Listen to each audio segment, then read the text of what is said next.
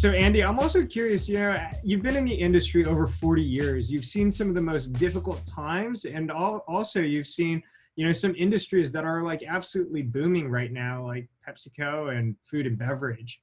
I'm curious, as you look back, what's one thing that you wish more people knew about in the maintenance and reliability industry?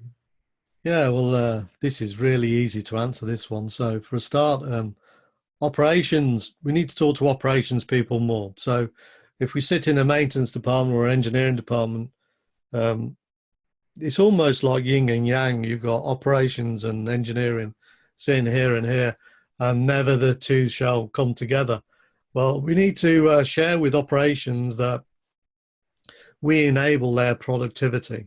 We, as maintenance and engineering, we're enabling their OEE.